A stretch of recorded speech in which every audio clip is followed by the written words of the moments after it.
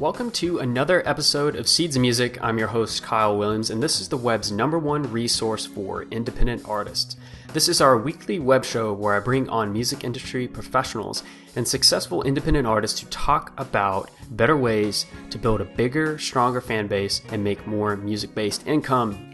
Today's episode is pretty special. We have on the show today Ryan Holiday, an author, writer, and marketer, the media strategist behind Tucker Max, Robert Greene, the former director of marketing for American Apparel, but most importantly, an avid fan of Stoicism, who has recently put out a book called The Obstacle is the Way, practical advice on how to take everyday struggles and adversity and actually turn them into something that benefits you and propels you forward. I picked up my own copy of the book and read it through, and definitely recommend that any musician, including you, should read it. Because in today's music industry, we face a lot of adversity, and you only have a limited amount of time on this earth to live and make this music career work. So you have to learn to make the most of it. And this book, honestly, guys, is an excellent jump off point to really get you started with the correct perspective, the correct type of action you should be taking, and how to follow through with that using willpower. Let's jump right in.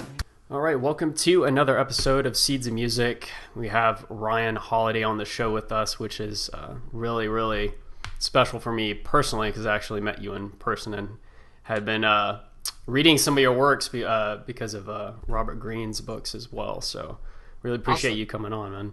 Of course, man. It's good to talk. So I'm just going to break it down here. We're diving into your latest book, The Obstacle is the Way. I think that it's something that any musician should really take a look at, particularly because the music industry is in such disarray, and I know personally myself and a lot of the musicians, we get really depressed and really get down about how much adversity there is that we have to face. And I kind of feel like what you talk about in The Obstacle is the Way is just like less of a frou-frou kind of philosophy and more of like just really practical ways to look at situations so that you can actually deal with them. Sure. Yeah, I mean, I wanted the book to be what practical philosophy has always been, which is it's a way to solve the problems that you're facing in life, right? Yeah. So self-help can be sort of motivational and ephemeral and ridiculous, and then I think philosophy for most people is totally inaccessible. What I wanted to say is, every day for the history of the world, people have woken up and dealt with a world that is not the way that they necessarily want it to be. But successful people have always managed to persevere regardless, right? Successful people have made the most of that situation. And I wanted to create a framework for doing that. And I think Stoicism, which is what the book is based on, is a philosophy that helps people do that, whether you're a musician or a music executive, or you're an entrepreneur or a businessman, or you're retired. Like in any case, Stoicism can help you with what you're dealing with, is the way that I see it. Yeah. And then musicians we deal with a lot. I mean, it's hard enough to have to spend so much time to develop the craft to a point where you can actually play it. But beyond that, there's the whole business and the marketing side, which we have to hustle a lot of that on our own before we can really build our network to find a team to work with us. And I was just, I was reading one of the reviews on your book, and they kind of broke down the way it's organized in a really easy, understandable way. And the first is you have to alter your perception. Second, you have to take action on that. And third, you have to discipline your will. So my question is, from all your experience, like in terms of altering perception, how, in order to get what we want, which is, more fans, we want to get paid, for the shows we play, we want to make a living. The music industry, there's lots of different angles to look at it, but how would you suggest that a musician alter his or her perspective to become more empowered and achieve their goals? Yeah, well, I think something you referenced earlier might be a good starting point, which is there's this perception that the music industry is in this massive state of disarray and it's terribly chaotic, and now is a terrible time to be a musician. That would have been much better to be a musician in the 90s because that's when people were selling millions of albums.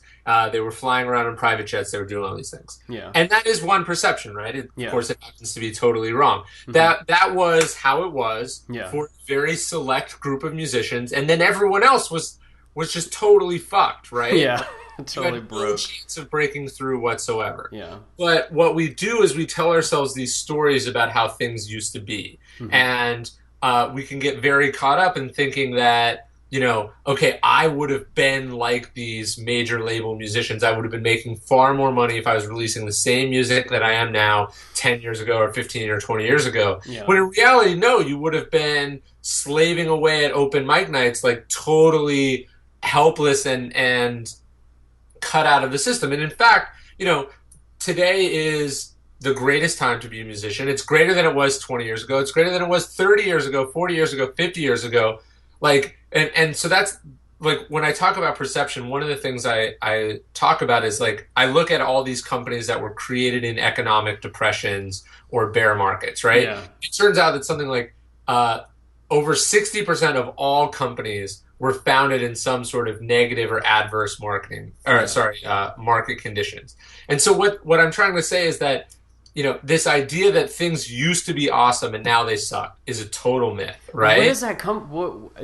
Getting to the root of that, because like I know that some musicians listening to this, they might still be a little resistant to what we're talking about. So, like digging deeper, like where does that desire for the past come from? Like where does that blindness that things used to be good? Because if you're a musician now, in like let's say that you've been a musician since the 90s, right? Okay. Let's say that you've been playing in your band or in different bands since the 90s and you haven't landed a major label deal, but yet those type of musicians would still like have this perception that, the great age of music has passed because now fans are screwing us over. Where do you think that comes from, man? Well, look, first off, it's not isolated to the music industry, right? Like my generation, graduates from college and then says, oh, the job market is terrible. It would have been way better to be my parents' generation.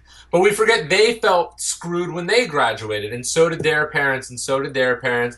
And then their parents were quite literally in the Greatest Depression in American history. So we do it in all spaces. We tell ourselves stories about the past that are incredibly self-serving. And they can be self-serving in a negative way too, right? We can tell ourselves that things are harder now than they were before as a way to justify or make excuses for inaction, difficulties that we face, right? Yeah. Stephen Pressfield wrote an amazing book called The War of Art, and he talks about this idea of the resistance. The resistance is what comes up when we engage in any sort of artistic endeavor, because art is risky, art is unreliable, art is scary, art is vulnerable. It's all these things that we're kind of designed not to want to engage, like negative emotions that we try to shy away from. So when we go down that road, we create resistance that slows us down on that path or makes it more difficult. Yeah, because I think this story is part of it. And look, it's not that today's music environment is amazing and as good as it will ever be. It's just not as bad as what you're telling yourself it is. Yeah. And it's not without its opportunities. And so I'm not saying you should be wide-eyed and naive and think that everything's amazing. Yeah, like, overly positive. My first book is about problems with these sort of internet economics. But what I am saying is that this is the system that you're stuck with. So it kind of doesn't matter if it's fair or easy or amazing. It just matters that it exists, and you might as well spend your energy trying to be as successful as possible within those constraints rather than wishing it was something different. Yeah. So it just comes back to something that we hear a lot of, but you kind of need to be told the same lesson in many different ways before it really sticks. So that covers like the perception aspect of it, now getting on to taking action. Let's say that you have a musician that's hopefully listening to this interview and is thinking a little bit about perceiving things in a way that enables them rather than disables them to move forward. When it comes to taking action, like what is the first? Do you just plan, or you just don't plan? How do you go about that? I mean, obviously, it depends on the specific context that you happen to be in. But like, Mm-hmm. when I open that part of the book with this idea of like just getting started, and I think a lot of times, we could have discussed what you were talking about earlier Mm-hmm. for an hour or 2 hours about whether it's good or Yeah. bad, Yeah. or how it could be a little bit better, what we would do differently, Yeah. and what that often becomes for a lot of people is an excuse to like not get off their ass. Mm-hmm. Or conversely, they get so caught up with all these new tools. Like, how many bands do you see or talk to that have like amazing social media presences, and they've got an amazing name, amazing art, but like their music just sucks, right? Or nobody knows about it because There's a lot, yeah. right, There's a lot of like music that's just needs to be fleshed out more in the woodshed, way right. more before it gets promoted, for sure. So I talk about just starting, right? Obviously, it's Yeah. the most important part, and we can oftentimes get so caught up with these larger factors that we don't control, Yeah. as a way of excusing getting off our ass and getting started. Mm-hmm. And um, you know, like Jerry Seinfeld did a Reddit AMA recently, and he was like, someone asked her like, hey, like, I'm a stand-up comedian, I'm just getting started, what advice would you have for like making a name for myself? And he was like, my advice would be to work on your act, right? Like, no, don't worry about marketing, like work on your act. Yeah. And that is unpleasant advice. That's advice we don't necessarily want to hear, but I think it's really important. And I think I think from a from an action perspective, it's like taking that right first step is hugely important. Yeah. Do you feel like I mean, I feel like a lot of musicians, they rush into, if they're, they get really gung ho and they're open to marketing and their music, they kind of rush into it like a little bit too soon. That's a difficult balance, because you have to, on one hand, you don't want to be stuck in the studio recording and writing forever and never release anything. Sure. I just want to actually, I want to run something by you real quick, because I had this in one of the previous interviews I had with a guy named Tommy Darker. We talked about the idea of a musician acting as a lean startup, meaning that as they create music, you're putting it out there to the community and getting feedback and kind of letting that not fully influence, but influence your creative direction on where you go, so that you're creating music that has an audience. Do you feel like that is one valid approach? Yeah, well, I mean, this actually goes to what we're talking about, which is you can kind of get in this mode where you want to like perfect everything, and you want it to all be perfect before you go out. Yeah. So I actually have in the action section, I have a section on failure, right? Mm-hmm. Like, I think failing is an action. Mm-hmm. And when you look at the lean startup model, part of it is predicated on the idea of failing on purpose as often as possible, right? Yeah. Starting with a very small iteration of your product, testing it, getting market feedback, and then growing from there. Like, Instagram started as a totally different company than what it is now. It was a geolocation service. And so the idea that the most important marketing decision you can make as a band or as a musician would be refining and changing your sound until you come upon the sort of perfect niche for yourself that your audience loves, that you love, and then once you sort of found that vein, then working on your marketing. But what that involves is putting yourself out there before you are quote unquote ready, right? Yeah. It's going out there in a vulnerable state and presenting yourself for accounting and feedback from people who are probably going to be harsh. Like for instance, with me, like, I started my first blog in 2006, and I didn't publish my first book until 2011, right? No. My first book came out in July 2012. I sold it in 2011. But the point is, I wrote for 6 or 7 years before I felt like I was ready to publish a book, right? But I was getting better every day as a writer, but I knew that, like, I knew I could write a book, and I knew it would do well, but I knew that my writing had to be vetted and sort of go through this gauntlet and this crucible before it was ready for the vast majority of the public. And I think there's probably some analogy there to musicians as well. Yeah. Well, I think that it's either you're playing live and and trying to find ways to get feedback from people, or putting stuff on YouTube and driving people to YouTube and to leave comments. I mean, people. I mean, if you want like brutally honest comments, then just leave it to YouTube. It gets pretty nasty down there, but you'll maybe occasionally find someone who gives some constructive criticism. But yeah, I think that the stakes are low for lean startups on each of those failings, because it's not like, it's like working out. Like if you're working out in a power rack and you're doing a squat and you have the pins there, so if you drop it, it doesn't kill you, but you're going to get stronger much faster. Sure. So for I think what's problematic though for musicians, I'm actually thinking about this a lot, is it's now so like making an album used to be very hard, right? Mm-hmm.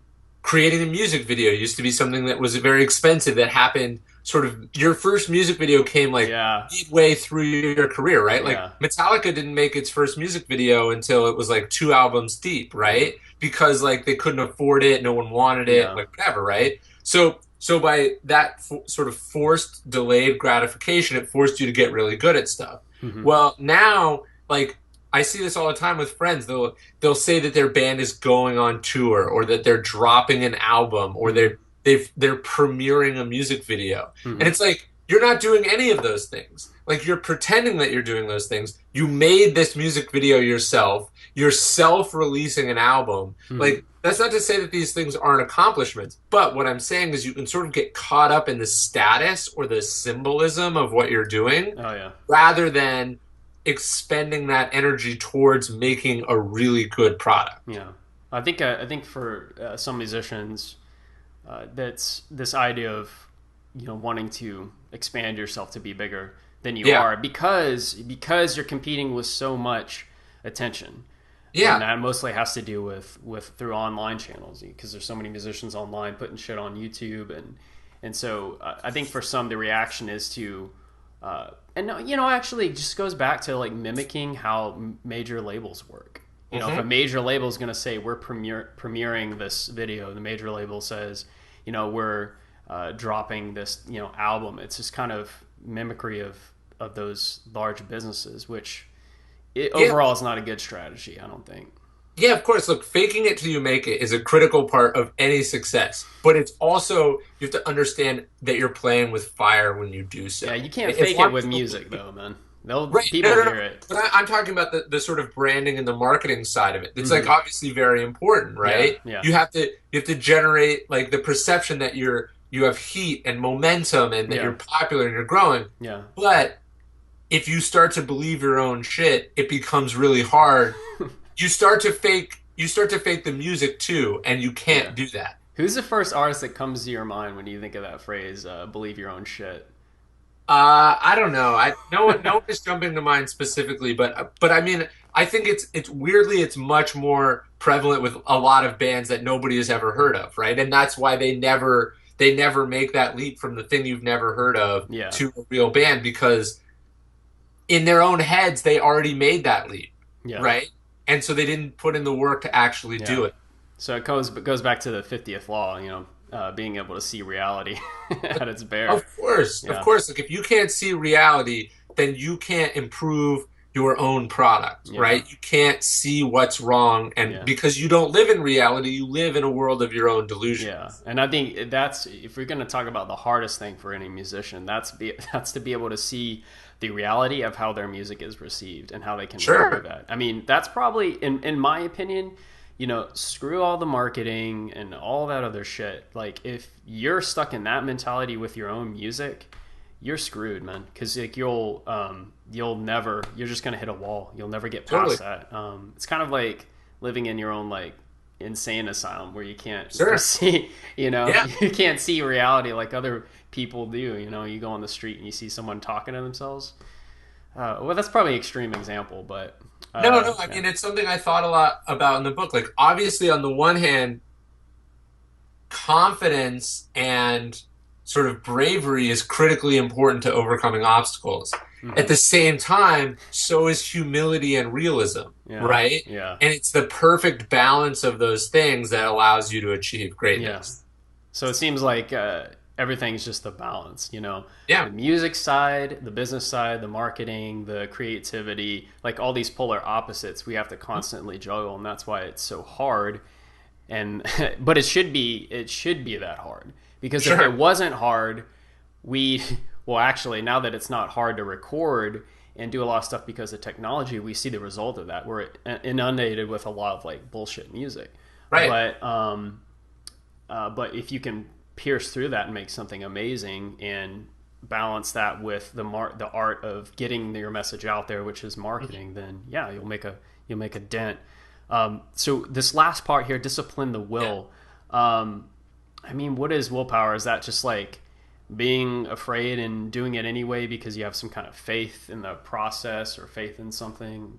How does No, that I mean, work? I'm talking more about will in the sort of like fatalistic sense that there are forces or things that happen that are greater than us. So I talk about sort of meditating on your own mortality. I talk about the difference between persistence and perseverance, the sort of settling in for the long haul, understanding like, look, at the end of the day, you control the effort that you put into making something a success, right? Yeah. Like Taylor Swift clearly has the sort of biggest album in the world right now, huge marketing launch. She's obviously worked on the album for a really long time, but when it comes out, does it come out today or it comes out Thursday? I forget, right? When it comes out, after that point, it's no longer in her hands. And part of being a successful artist is understanding that the only part you control is everything before it leaves your hands. And then once it leaves your hands, it's not in your control anymore. Yeah. And you have to be willing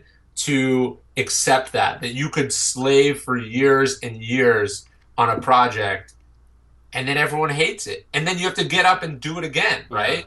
Yeah. Like I think about like Metallica is a interesting band. You used to be a metalhead, or you keep bringing up Yeah, Metallica? I was. Yeah. But no, like think about Metallica, right? Like they work for years. Like Saint Anger is like their comeback album, right? Yeah. Like they patch the band back together. They make this documentary about it. Yeah. They had their. I remember watching as a kid, like they had this sort of ongoing online documentary as they were making the thing. Like it was super hyped. It was all this stuff, and then it comes out and just everyone hates it. Yeah. And I agree, it's real bad, right? But like, how do you pick yourself up after that and continue going anyway? How can you look yourself in the mirror and say, like, I did what I thought was the right decision. Like, I made these mistakes, you know, they were for this reason. You know, that's part of being an artist too, is failing, is going toe to toe with something and it not working. Yeah. It's putting yourself in front of an audience that maybe wasn't receptive, trying to win them over and losing. Like, these are very important parts of life, because like being determined and having perseverance and being persistent and having ambition, that's all great, but you don't magically get to make the world behave and act how you want it to be. Yeah. And so that's what the third part of the book is Yeah. about. It's accepting the things you Yeah. can't change. And also, like, I think it's important to look at people that you may be idolizing or making into, you know, musical gods, and Sure. think that, okay, they've done some stuff that's not so great too. You know, it's Sure. just that the media doesn't focus on those elements. I mean, I know that there were some shows where Hendrix, you know, played, and he was playing out of tune, and Yeah. is playing, and for me, I know that would help me, you know, Right. as a musician. Right. Like, and that's what's interesting is taking creative risks. It doesn't pay off every time. Yeah. Oftentimes it blows up in your face. Yeah. And you have to be willing to do that. Two, you have to be honest with yourself. And I think what you're talking about is something the Stoics did a lot, which was they would really look at what the worst case scenario would be. They would say like, okay, I'm going to do X. What could go wrong? Am I okay with that possibility? And if it is, then you proceed. I mean, like for instance, for a stand-up comic, like the idea of bombing being tolerable as a human being is something you have to get over, and it frees you up to practice your art. It's the same thing with a writer. Like, I write an article today, I have to be open to the fact that people might hate it, or worse, nobody might care. Like, nobody could care. It could do 0 views, right? Yeah. And I have to say, like, that's okay. I knew that going in, and I don't think my time was wasted. And then I have to pick myself up and say, okay, the next time, how can I have learned from what just went wrong? Mm-hmm. So do you? I don't know. It kind of seems like this is like one of the strongest points in the book is just to be able to look yourself in the mirror after you screw up big time Sure. and just keep going. Yeah, where I think another part that you definitely see in the music industry is being okay with your flaws and deficiencies, right? Like I open that section of the book with the story of Abraham Lincoln, who suffered from crippling depression his entire life, right? And I talk about how that depression ultimately was like sort of fuel for his greatness. It gave him a certain perspective and compassion and a kind of resilience that the nation really needed at that time. And I think you see that with a lot of musicians. Some of the greatest musicians that have ever lived that died of suicide or drug overdoses that never were able to get comfortable with that part of themselves. And they saw it as this glaring deficiency rather than a contributor to what made them special. Yeah. And I think that's, you know, we might be getting a little out in the weeds on this, but I think that's really important. Like, as an artist, you have flaws and you have assets, but you have to realize that it's combined those two things that make your art, and you can't hate yourself for those reasons. Yeah, I think there's definitely a lot of crash and burn artists. I mean, who are like, you know, skyrocketing at one point, and then next thing they're dead at 27. There's obviously some kind of imbalances there, but then you have people like Stevie Wonder who are still going strong, and people like Prince who are still going strong. And I was going to mention Prince, man, because like great albums, and then there's like a couple that are kind of stinkers, you know. And that's freaking Prince. Like that dude is so talented across the board, from production, recording, and performance, and all that. So it's just important to keep, like you said. That's another thing you said in the book. Imagine your idols grunting while having sex, being awkward, you know. No, it's a good point. It's a good point. Yeah. You know, I mean, the Stoics were big on that. There's this idea of sort of looking at these things that everyone else is lionizing and kind of looking at them with contempt. Like, what is a Moon Man statue but like a shitty piece of, like, you know, bronze that they give you, that they also gave to some of the crappiest musicians of all time. Yeah. Right? Yeah. Like, it's hilarious to see like someone like Kanye, so like his identity and his self-worth is so tied up in being recognized and rewarded with critical respect, right?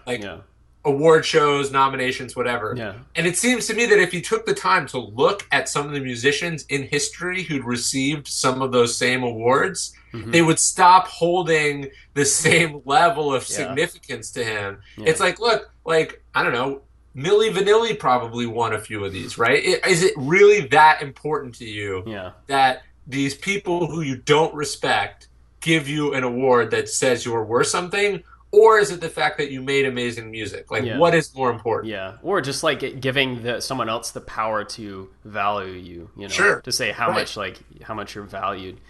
But yeah, man, there's one last thing I want to mention here before I wrap up, because the title of this book being "The Obstacle is the Way."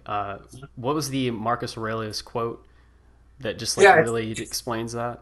Yeah, it's a quote from Meditations, and it says, "The impediment to action advances action. What stands in the way becomes the way." And he's talking about how, like, you and I might set out to do one thing, but people interfere, fate interferes, circumstances change, and they make that thing that we were originally trying to do impossible. But as human beings, we can change what our intention is. And so we can use each thing as an opportunity to do some new thing. So I was trying to create this band and it fell apart, but because I persevered through that, it showed me a different side of myself musically. So I left with that benefit. It's essentially saying, look, we don't control what happens to us in life. We control how we respond. And if we continually respond well to those circumstances, we will create greatness from that, right? Because each time we're getting better and better. So we actually get strong. Like, you know, the old saying, what doesn't kill you makes you stronger. Everything that happens, because we respond well, what the result there is excellence. Yeah. There's actually a story about Wes Montgomery, where when he was learning guitar, he couldn't play really loud because it would piss off his neighbors. Sure. So he decided just to play with his thumb. Right. And that's how he developed his thumb technique that he's totally like known for. And now like every time you turn on the radio, you hear boop, boop, boop, you know, that's totally from that. That's so great. Invented a new style. And I think that in my mind, that's a perfect example of how a musician took the obstacle, you know, which were the pissed off neighbors, and suddenly it became the way for him. Sure. And how many other people dealt with that same obstacle and created nothing from it? Yeah. Right? Yeah. Like, oh, I can't practice because my neighbors won't let me. Oh, I have to move because my neighbors don't like me. Yeah. You know, like how much wasted time and energy. Right. A lot of that. Exactly. Yeah. A lot of crying. Yeah. Yeah. All right, Ryan. Well, I'm going to steal something from Tim Ferriss here and end this by saying I want to respect your time. Awesome. Because I know how he ends his podcast. But thanks again for coming on, man. I recommend that anybody go and pick up a copy of The Obstacle Is the Way. It's available on Amazon. Mm-hmm. So go ahead and do that. Take action, alter perception, take action, and discipline your will, and start making use of this music industry to your advantage. So thanks, Ryan. Awesome. Thank you. All right. Check you later.